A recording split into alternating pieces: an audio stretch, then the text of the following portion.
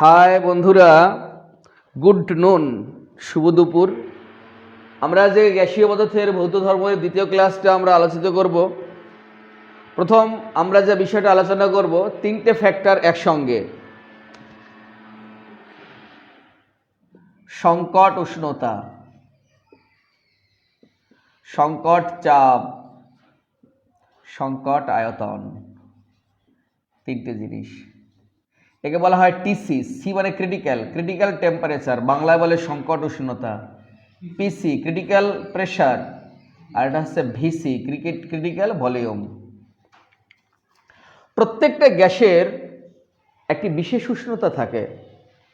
প্রত্যেকটা গ্যাসের যে উষ্ণতায় বা সেই উষ্ণতার নিচে না নিয়ে গেলে গ্যাসটিকে কেবলমাত্র চাপ প্রয়োগ করে তরলে পরিণত করা যায় না, সেই উষ্ণতাকে বলা হয় ওই গ্যাসের সংকট উষ্ণতা। প্রত্যেকেরই থাকে, আমাদেরও প্রত্যেকের। আমরা হয়তো জগদীশের প্রতি দুর্বল না, কিন্তু আরেকজনের প্রতি দুর্বল। প্রত্যেকেরই থাকে, প্রত্যেকটা গ্যাসের এরকম একটা বিশেষ উষ্ণতা থাকবেই। আচ্ছা, যেমন কার্বন ডাই অক্সাইডের বিশেষ উষ্ণতা, ক্রিটিক্যাল উষ্ণতা 31.1 ডিগ্রি সেন্টিগ্রেড। আর এই ক্রিটিক্যাল উষ্ণতায় যে চাপ প্রয়োগে তরলে পরিণত হয়, সেই চাপটাকে বলা হয় ক্রিটিক্যাল চাপ। যেমন কার্বন ডাই অক্সাইডের ক্রিটিক্যাল চাপ 73 থেকে 76, এক এক বইতে এক এক রকম লেখা, যারা যেমন পেয়েছে সে লিখেছে এটিএম। এই সংকট চাপ এবং উষ্ণতায় এক মোল গ্যাস যে আয়তন দখল করে তার নাম সংকট আয়তন। যেমন কার্বন ডাই অক্সাইডের এক মোল গ্যাস 95.96 বা 96.95 একই হয়, এত সিসি আয়তন দখল করে। এটা হচ্ছে ক্রিটিক্যাল। আচ্ছা, এখান থেকে আমরা চলে যাব RMSV, root mean square velocity. RMSV, root mean square velocity, গড় বর্গবেগের বর্গমূল। গড় বর্গবেগের বর্গমূল। ঘুরিয়ে আবার সেই কথাটা বলা, বর্গ করলাম আবার বর্গমূল করে দিলাম। 2কে বর্গ করলে 4 হয়, 4কে বর্গমূল করলে 2 হয়, কিন্তু এখানে সেটা হবে না। তার জন্য এটা বিজ্ঞানীরা এটা নিয়ে বেশ রিসার্চ, গ্যাস সম্বন্ধে। ধরি রাসায়নিক বিক্রিয়ায় অংশগ্রহণ করে না এমন একাধিক গ্যাসের মিশ্রণকে নির্দিষ্ট উষ্ণতায় কোনো একটি আবদ্ধ পাত্রে সংরক্ষণ করেছি, যার আমরা ধরে নিলাম N1 মোল যে গ্যাসটা আছে তার যে ভেলোসিটি, গতিবেগ C1, N2 যারা আছে অন্য গ্যাস C2, N3 যারা আছে C3, চলতে रहेगा। NN মোল যাদের আছে তাদের হচ্ছে CN। তাহলে আমি গড় করলে কি হবে? অতএব গড় বেগ C ইকুয়াল টু, সব কটা যোগ করে দেব, N দিয়ে ভাগ, N1 C1, N2 C2, N3 C3 dot dot dot plus NN CN। N দিয়ে ডিভাইডেশন করছি, N সংখ্যক অণু আছে তাই N দিয়ে ডিভাইডেশন করে দিয়েছি। এবার প্রত্যেকটা গ্যাসকে গ্যাসের বেগকে আমরা বর্গ করে দেব, জাস্ট বেগকে আলাদা আলাদাভাবে বর্গ করে দেব। তাহলে কত হবে? অতএব বর্গবেগ, গড় বেগ C স্কয়ার করে দিলাম, N1 C1 square, N2 C2 square, N3 C3 square, NN CN তার স্কয়ার ভাগ N। এবার বর্গমূল করব, নেই কাজ তো খইবাজ। এক জিনিস চালে ডালে মিশিয়ে নিয়েছি, আবার বেছে নাও। কি অবস্থা! সময় তো কাটলো। তাহলে কি হবে? বর্গমূল করে সি অন স্কোয়ার, তার হলো রুট ওভার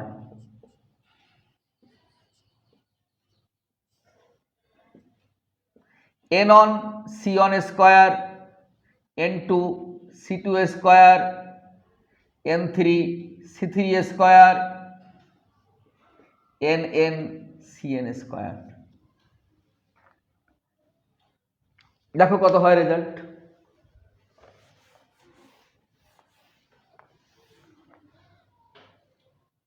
রুট ওভার আর এটা কাটাকাটি হয়ে যায়, সি হয়ে যায়, কিন্তু আমাদের সি ইকুয়াল টু কি ছিল? সি ইকুয়াল টু ছিল n one c one n two c two n three c three dot dot dot n n c n ছিল। তাহলে এখন যে সি হবে সেটা মানে তো তা না, তাই বললো যে না, একে সি দ্বারা ডিনোট করা যাবে না, যেহেতু আলাদা জিনিস তাই একে সির উপর একটা বার দিয়ে দাও। মাথায় এরকম থাকলে একে বার বলে, সি বার। এটাই হচ্ছে আর এম এস ভি, গড় বর্গবেগের বর্গমূল, রুট মিন স্কয়ার ভেলোসিটি সমান সমান কি হলো?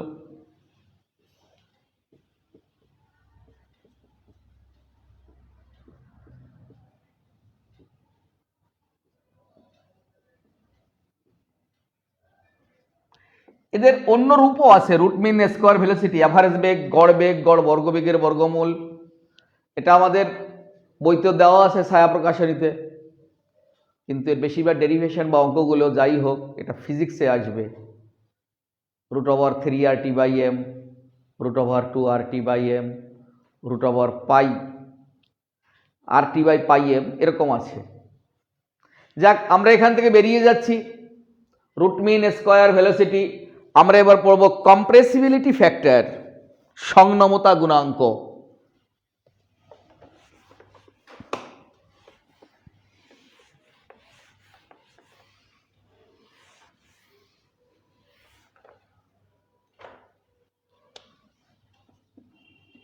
সংনমতা গুণাঙ্ক ইংলিশে কি বলে? কম্প্রেসিবিলিটি ফ্যাক্টর, সংনমতা গুণাঙ্ক।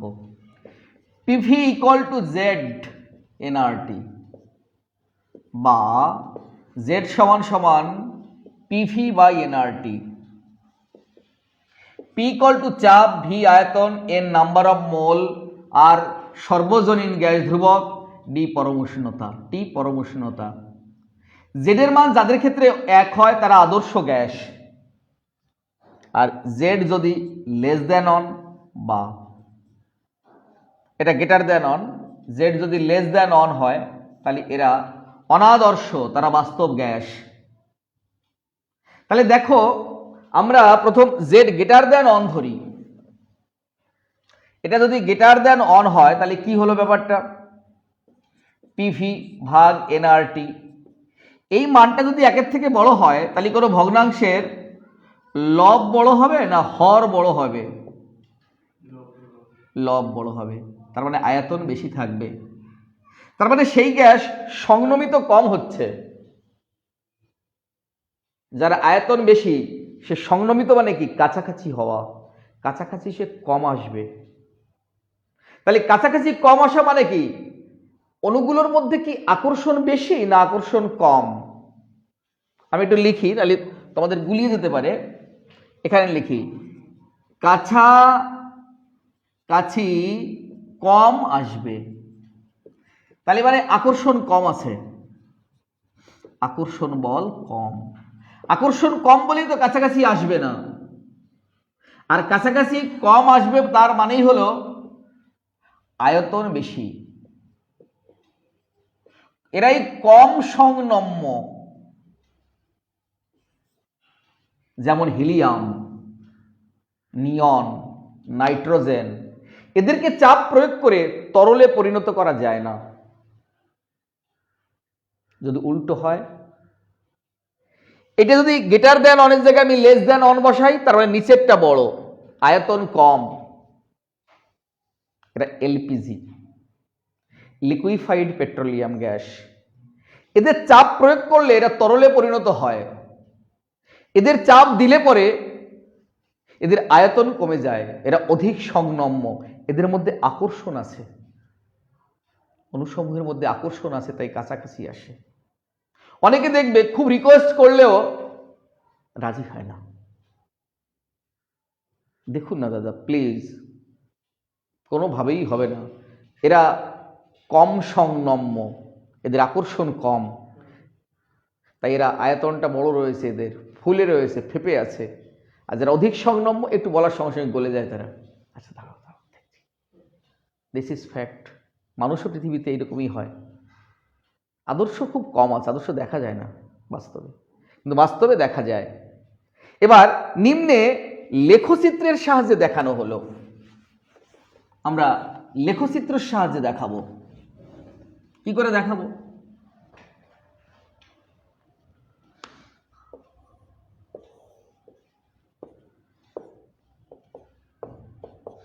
এটা হচ্ছে জেড, এই জায়গাটা হচ্ছে জেড ইকুয়াল টু 1, এটা গ্রেটার দ্যান 1, এটা লেস দ্যান 1, এটা পি, চাপ প্রয়োগ করলে x 0 Y.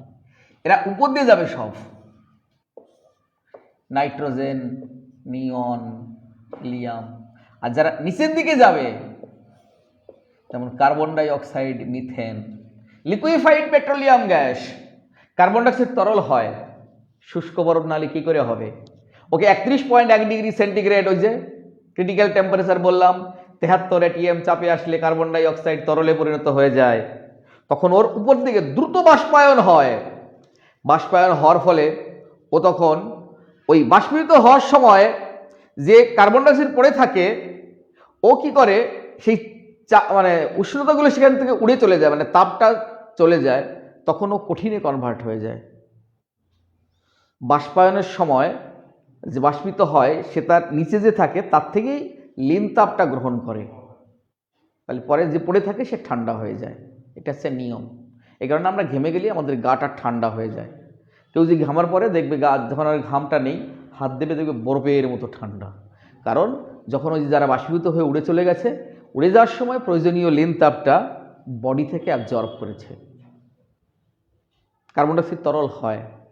Methane, ethane, propane, liquefied petroleum gas, আমরা যে গ্যাসের সিলিন্ডারে রান্না করি, এরা তরল অবস্থায় চাপ দিয়ে কম্প্রেসড করে এদেরকে ওই সিলিন্ডারের মধ্যে ভরা হয়েছে, কিন্তু ওর মধ্যে কোনো অন্য গ্যাস ভরা হয়নি, নাইট্রোজেন ওইগুলো ভরা যাবে না। ওরা লেস কম্প্রেসড, কম সংনম্য। Clear concept?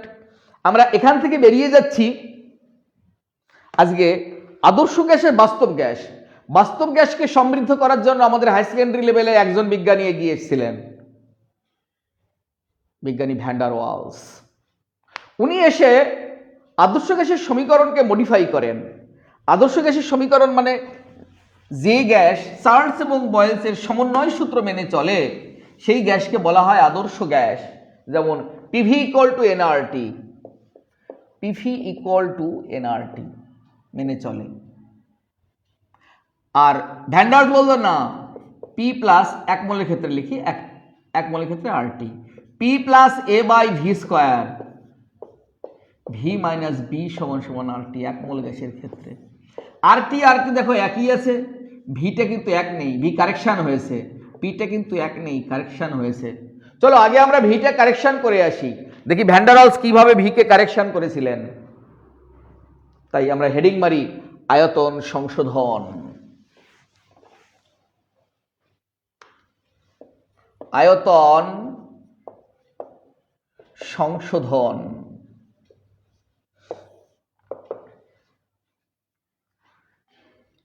আদর্শ গ্যাসের নিয়ম অনুসারে গ্যাসের অণুগুলো হচ্ছে এক একটি বিন্দু ভর, পয়েন্ট অফ মাস।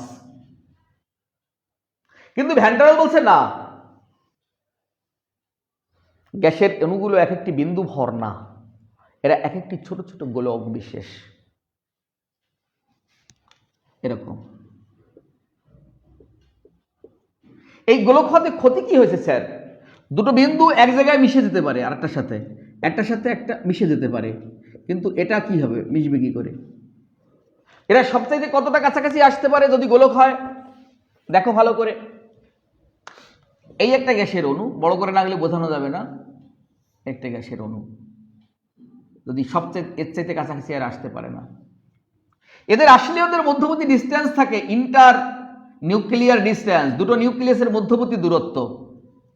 এই কারণে একটা মানুষ যদি একটা মানুষকে জড়িয়ে ধরে, তবু তাদের মধ্যবর্তী দূরত্ব থাকে দুটি হৃদয়ের মধ্যবর্তী দূরত্ব। হার্ট দুটো কখনো মেশে না, কারণ আগে তো মাংসল খাঁচার মধ্যে থাকে, কি করে সম্ভব? ফাঁকা থাকে। এই কারণে মানুষ কখনো মানুষের বন্ধু হতে পারে না।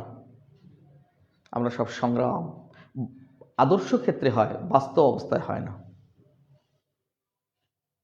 তাহলে এবার একটা গ্যাসের অণু কতটা জায়গা দখল করে পড়ে আছে, একে বলা হয় প্রভাব গোলক, মানে প্রভাবিত করছে যে গোলকটা হিসাবে। এটাকে ধরে ধরে আমরা যে কাল্পনিক গোলক কল্পনা করব, এটা এই আয়তনের মধ্যে অন্য গ্যাসের অণু অগম্য আসতে পারে না। এপাশ থেকে যদি আমি আর একটা গ্যাসের অণু দৌড়ে আসে, তাও তো এই ডিস্টেন্স মেনটেন করবে। এপাশ থেকে আসলেও তাই, এপাশ থেকে আসলেও তাই। তার মানে এই জায়গাটার মধ্যে অন্য গ্যাসের অণু অপ্রবেশ্য, প্রবেশ করতে পারে না। এই পর্যন্ত রেখে আমরা একটু সাইডে আর একটু আলোচনা করে নিয়ে আসি, আয়তন কাকে বলে, গ্যাসের আয়তন কাকে বলে। তোমরা ছোটবেলা থেকে শিখেছো যে গ্যাসের মধ্যে, যে আভ্যন্তরীণ পাত্রের মধ্যে গ্যাসের অণুগুলো থাকে, সেই পাত্রের যে অভ্যন্তরীণ আয়তন, সেটা হচ্ছে গ্যাসের আয়তন। বিজ্ঞানী ভ্যান্ডারল বলছে না, এটা গ্যাসের আয়তন না। অভ্যন্তরীণ যে আয়তনের মধ্যে গ্যাসের অণুগুলো ছুটোছুটি করতে পারে, সেটা তার আয়তন। কত আয়তনের মধ্যে ছুটোছুটি করতে পারে আর কত আয়তনের মধ্যে পারে না, আমি এই ঘরের মধ্যে কোন জায়গার মধ্যে আমি যেতে পারি না, যতটুকু আমার নিজের আয়তন। আমি হাঁটতে হাঁটতে হাঁটতে হাঁটতে এখানে যেয়ে মিশে গেলাম, এর চাইতে আর যেতে পারি না। কই, আমার এই পাশটা তো দেওয়ালের সঙ্গে মেশেনি। ছুটতে ছুটতে যে কর্নারে যাই না কেন, আমার নিজের আয়তনটা বাদ দিয়ে বাকিটাই আমি ছুটতে পারবো, তার বেশি আর ছুটতে পারবো না। এই বাড়িটার মধ্যে আমি ঘর করতে পারি, কিন্তু সিঁড়ির ঘরের জায়গা ফাঁকা রেখে, আমাকে জায়গা ফাঁকা রেখে তারপরে অন্য ঘর যদি হয় তবে করতে পারবি। তাহলে কি করে বাড়ি করবি? ওই জায়গা তোকে ফাঁকাই রেখে যেতে হবে। তাহলে কত আয়তন বাদ যাবে? যতটা তার প্রভাব গোলকের আয়তন। এই আয়তনের মধ্যে অন্য গ্যাসের অণু অগম্য, তার মানে এই জায়গাটার মধ্যেও ছুটোছুটি করতে পারে না। তাই আজকে আমরা হিসাব করব এই প্রভাব গোলকের আয়তনটা কতটা। আমরা গ্যাসকে যদি একটা ছোট ছোট গোলক ধরি, তাহলে তার আয়তন হলো 4/3 পাই আর কিউব, 4/3 পাই আর কিউব। এখানে আর মানে হচ্ছে আর প্লাস আর, 2r, 4/3 পাই আর প্লাস আর। তাহলে 2r মানে কত হলো? এটা 2r মানে 8r কিউ হবে। 4 × 36 ভাগ 3 32, এতটা। ভ্যান্ডারও বলছে দাঁড়াও, কথা আছে। একে আবার 2 দিয়ে ডিভাইডেশন করো, তাই লিখবে প্রকৃতপক্ষে প্রভাব গোলকের আয়তন। প্রভাব গোলকের আয়তন মানে যে আয়তনের মধ্যে অন্য গ্যাসের অণু যেতে পারে না, যে আয়তন সে অ্যাকচুয়ালি দখল করে পড়ে আছে, তার নাম প্রভাব গোলক। তাহলে প্রকৃতপক্ষে প্রভাব গোলকের আয়তন 2 দিয়ে ডিভাইডেশন করতে হবে। কত হবে? 32 ভাগ 3 ইন্টু হাফ পাই আর কিউব। তাহলে এই 16 ভাগ করলে কত হবে? 16 ভাগ 3 পাই আর কিউব ঘন একক। 16/3 পাই আর কিউব ঘন একক।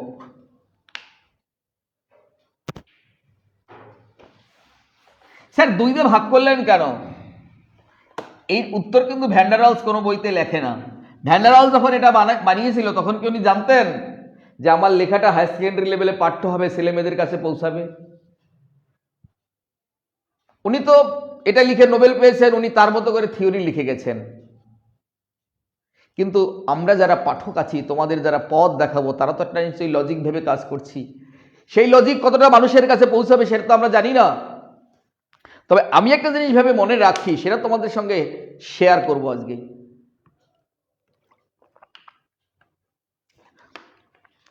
আমি আমার ছেলেকে নিয়ে বাজারে যাচ্ছি, রাস্তায় জগদীশের সঙ্গে দেখা। স্যার আপনার ছেলে? সঙ্গে সঙ্গে আমার চোখ বড় হয়ে গেল। ছেলের মুখের দিকে তাকাচ্ছে, এবার জগদীশ বাবুর দিকে তাকাচ্ছে। কি হলো স্যার, এত টেনশন পড়ে গেলেন? না কি বলবো তোমাকে ভাবছি, একা একা তো আর ছেলে হয় না, দুজন তো লাগে। যদি আমার ছেলে বলি তাহলে তো আমার মিথ্যা কথা বলা হবে।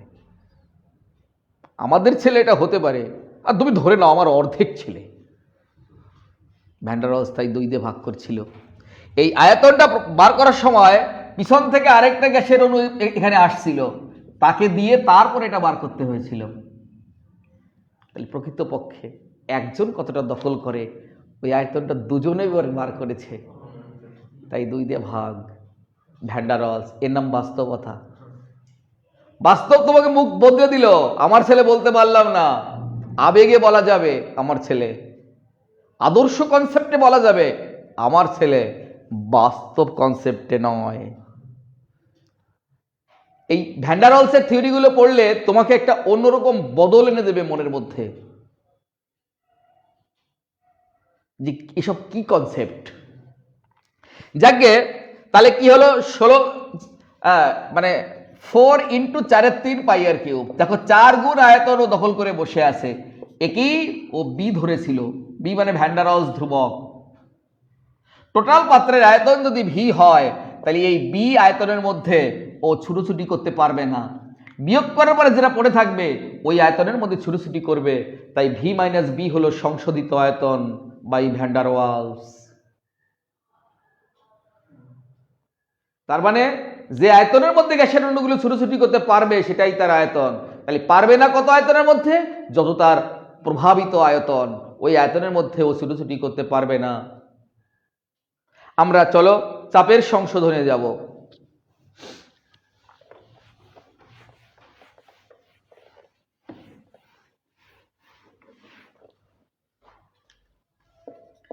চাপের সংশোধন, উনি প্রথমে এসে বললেন PI proportional to n1, PI proportional to n2, যেখানে n1 সমান সমান আকর্ষণকারী অণুর সংখ্যা, n2 ইকুয়াল টু আঘাতকারী অণুর সংখ্যা।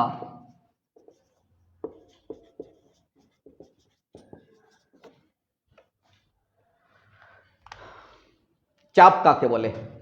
ছোটবেলায় মাস্টারমশাই বলতেন গ্যাসের চাপ কাকে বলে।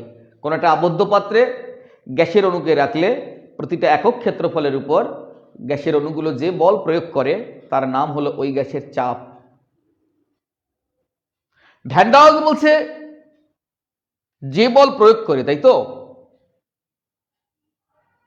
যে বল প্রয়োগ করে, ভ্যান ডার ওয়ালস বলছে, আর ভুরু কুচকে এদিক ওদিক তাকাচ্ছে, যে বল প্রয়োগ করে, তাই তো। সবাই তো খুব উদ্গ্রীব চোখে তাকিয়ে রয়েছে ভ্যান ডার ওয়ালসের মুখের দিকে। স্যার কি বলবেন বুঝতে পারছি না। বলছে যে বল প্রয়োগ করে, কিন্তু ও তো বল প্রয়োগ করতে ঠিক মতো পারছে না। পিছন থেকে আরো যে গ্যাসের অণুগুলো আছে যারা বল প্রয়োগ করবে তাদেরকে ধরে টানছে। তরুণ স্যারের এত ছাত্র, এই কথাটা ভুল। তরুণ স্যারের আরো ছাত্র হতে পারত। অনেকে যারা এরা পড়তে আসে পিছন ধরে টানে, ওখানে যাস না। তাহলে অরিজিনাল ছাত্র কতগুলো হতো আরো ঠিকঠাক আসলে? দিস ইজ ফ্যাক্ট, ভাবার আছে এগুলো। ভ্যান ডার ওয়ালস তাই বলেছেন, যে চাপটা দেখা যাচ্ছে এটাই শুধু চাপ না, চাপ আরো আছে। জগদীশ 600 পায়নি, 590 পরীক্ষায় মাধ্যমিকে, কিন্তু অন্য পেপারে ভালো পেয়েছে। অঙ্ক পরীক্ষা কিন্তু শরীর খারাপ ছিল, 60 পেয়ে গেছে। কাউকে বলে 60 পেয়েছি, কাউকে আবার বলার সময় মুখটা যেন কোথায় আটকে যায়, না না 60 কি আমি বেশি পেতে পারতাম। কেউ শুনে বলে কি, শোন যা পেয়েছিস তাই বলবি, তোর অত মুখ ঘুষানোর কি আছে। কেউ শুনে বলে না না না ভালো ছেলে, ও বেশি পেতেই পারতো, শরীর খারাপ, ও তো অন্য ব্যাপারে ভালো পেয়েছে, তো ও ফিজিক্যাল সায়েন্সে ভালো পেয়েছে, লাইফ সায়েন্সে ভালো পেয়েছে, তার মানে ও ম্যাথমেটিক্সে ভালো ছেলে ছিল, ও তো হাফ ইয়ারলি তো ভালো নম্বর পেয়েছিল, তো আমরা জানি। 2 টাইপের লোক পৃথিবীতে। যারা বলবে যা পেয়েছিস তাই বলবি, আদর্শ কনসেপ্ট। বাস্তব বলছে না, কত কমতে পারে হিসাব করো। আমরা আজকে হিসাব করতে বলছে ভ্যান ডার ওয়ালস, তাই বলল এই পিআই মানে চাপ হ্রাসের পরিমাণ তার আকর্ষণকারী অণুর সংখ্যার সমানুপাতিক। লাভলি, সেলুটটা ভ্যান ডার ওয়ালসকে। যেন মনের সমস্ত খিদে বা উত্তরগুলো যেন ওনার হাতে রয়েছিল। কি দারুণ কথা, বিজ্ঞান যেন ওনার হাতে অনেকটা এগিয়ে গেল। এত করে তো কেউ ভাবেনি, এইভাবে তো কেউ উত্তর করেনি। তবে আমাদেরও ভালো লাগছে, আমরাও একজন ছোট ছোট বিজ্ঞানী। তা নাহলে এত সুন্দর করে ওনার কথা গুছিয়ে বলার জন্য কেনই বা আমরা দায়ী থাকবো? আমাদের তো ভালো লাগছে শুনতে, তোমাদের শুনতে, আমাদের বলতে ভালো লাগছে না? বাহ, ভেরি গুড বয়। আচ্ছা, এইবার পরে কথাটা শুনলে তোমার প্রণাম করতে ইচ্ছে করবে এখনই। বলে আঘাতকারী অণুর সংখ্যার সমানুপাতিক। চমকে গেলাম, কি বলেন স্যার?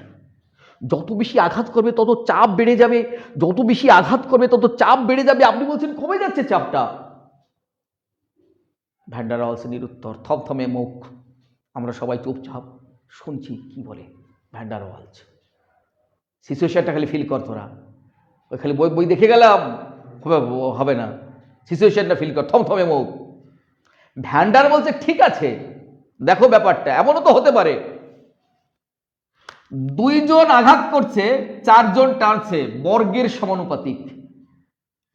চারজন আঘাত করলে কয়জন টানবে? 16 জন। তাহলে দেখা যাচ্ছে যারা মানে আঘাত যা করছে তার চাইতে বর্গ কি তার চাইতে তো বেশি টেনে দিচ্ছে।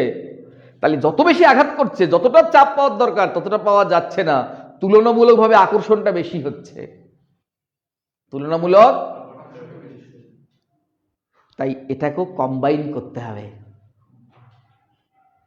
জগদীশ রিভিউ করতে দিয়েছে, অঙ্কে পেয়েছে 98, সেটাও দিয়েছে, বাংলায় 62, সেটাও দিয়েছে, ফিজিক্যাল সায়েন্সে 78, সেটাও দিয়েছে। সবাই দাঁত বের করে হাসছে, বলে তোর মাথাটা ঠিক নেই। বলে কেন এসব বলছিস? বলে তুই ফিজিক্যাল সায়েন্সের বাংলাটা নয় দিতে পারতিস, তুই মাতুব্বরি করে অঙ্কটা দিলি কি জন্য? তাটা 98 পেয়েছিস তো। বলে কথাবার্তা বলিস না, চুপচাপ থাক, ওইটা 100 পাওয়ার কথা ছিল, 2 নম্বর কমলো কিসে? এখানে যে চাপটা আমাদের পাওয়া উচিত, 4 জন স্ট্রাইক করলে সেই চাপ পায়নি ভ্যান ডার ওয়ালস। ডাউট হয়েছে, ভ্যান ডার ওয়ালসের মাথায় স্ট্রাইক করেছে, কারণটা কি? তখন দেখলো যে 2 জন যদি আঘাত করে 4 জন টানছে, 4 জন আঘাত করলে 16 জন টানছে। যতটা এগোনোর দরকার ততটা এগোতে পারছে না, কম্বাইন করো। ওটাও তো ধরতে হবে আমরা। সেখান থেকে আসলো কম্বাইনিং ল। আমরা এই যে চার্লসের বয়স ফট করে কম্বাইন করে দেই। কেন কম্বাইন করি? দেখো, তাহলে পুরোটা আসবে, টোটাল কমটা আমরা বুঝতে পারবো। হ্যাঁ, টোটাল কমটা আমরা বুঝতে পারবো। তাই কম্বাইনিং 1 and 2। যাক, বোঝানোর জায়গাটা চলে এসছে, আর এমন কিছু নেই।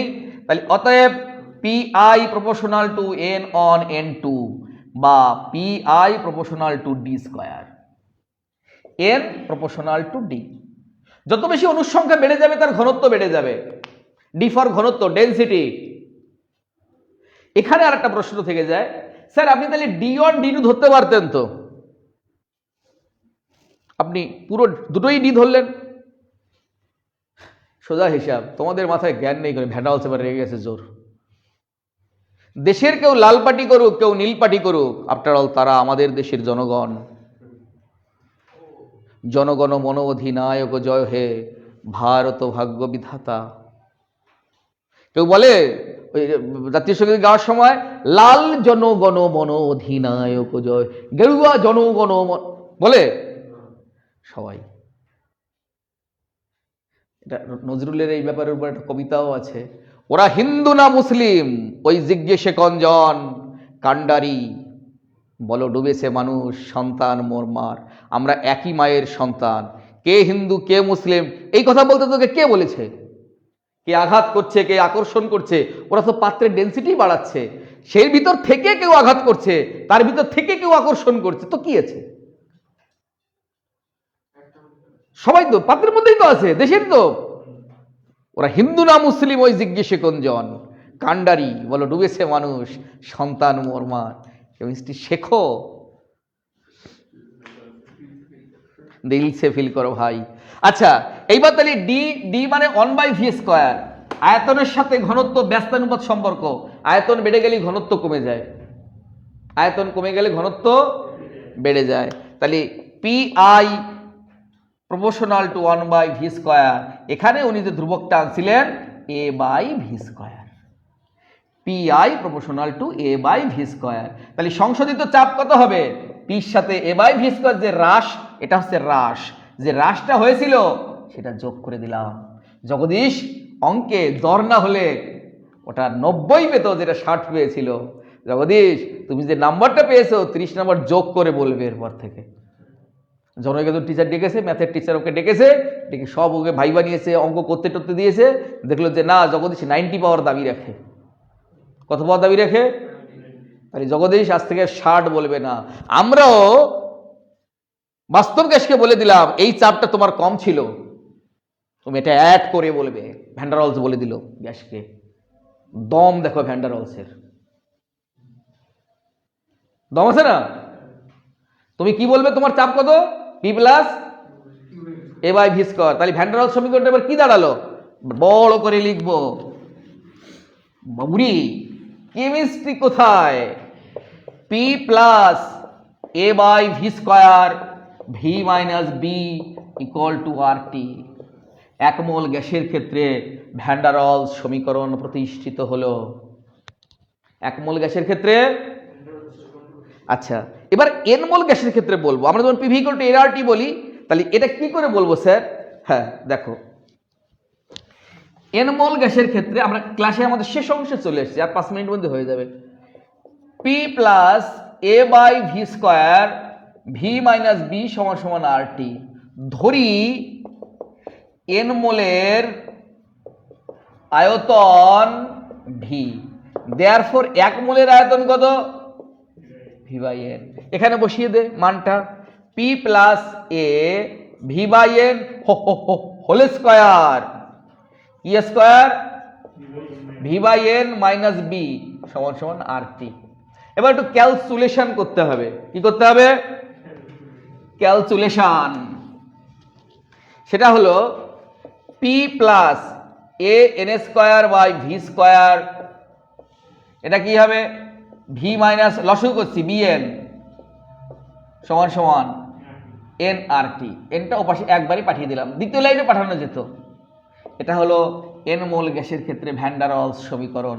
p plus a n² / v², v - bn = nRT। এইবার এখান থেকে আমরা a আর b এর ইউনিট বার করব। এর ইউনিট কত? বাবুরে, দুটো ছাগল আর 5টা গরু, কটা ছাগল হয়? যোগ করা যায় না, তার মানে সমান সমান হতে হয়, এটা আমরা শিখেছি তো। এখানেও সেরকম চাপের সাথে যেটা যোগ আছে সেটাও চাপ, নাহলে যোগ করা যায় না। আয়তনের সাথে যেটা বিয়োগ আছে সেটাও আয়তনই আছে। তাহলে আমরা লিখতে পারি an² / v² এর একক = চাপের একক, তাই তো? বা an² / v² এর একক, চাপের একক কি হবে? atm। বা an² v² সাথে গুণ হয়ে যাবে, তাহলে ভির আয়তন কত? Litre, atm litre square. এবার a এর একক, n মানে নাম্বার অফ মোল, এ পাশে গুণাকারে আছে, ও পাশে ভাগ হয়ে যাবে, তাই atm litre square mole to the power -2। Minus কেন? ভাগ হয়ে যাবে তাই। তাহলে এটা হচ্ছে এর unit, atm litre square mole to the power -2। সমঝে কেয়া? তাহলে এইবার আমরা বি এর ইউনিটটা বার করতে পারি। বি এর ইউনিট কি হবে? bn এর একক = আয়তনের একক, আয়তনের একক। বা আয়তনের একক মানে কি? লিটার। বা শুধু বি এর একক আয়তন যে ভাগ হয়ে যাবে, লিটার পার মোল, মোল ইনভার্স। এখান থেকে আসতে পারে এ এবং বি এর তাৎপর্য লেখো। এটা কোথায় কারেকশন করেছিলাম? p প্লাস a/v² চাপ। তাহলে এই যে ছিল এ, এটা হলো চাপ। তার মানে যদি এর মান কমে যায় তাহলে চাপ কমে যাচ্ছে। চাপ কমে যাওয়া কথাটার মানে কি? দাঁড়াও আসছি, একটু অন্যদিকে যাব আমরা। চাপ কমে যাচ্ছে, চাপ কমে যাচ্ছে, চাপ কমে যাচ্ছে। তার মানে পিছন থেকে অণু বেশি আকর্ষণ করছে।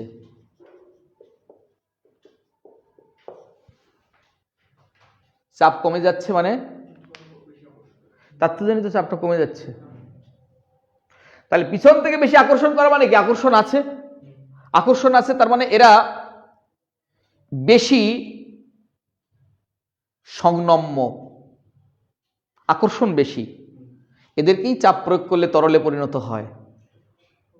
এদেরই জেডের মান <1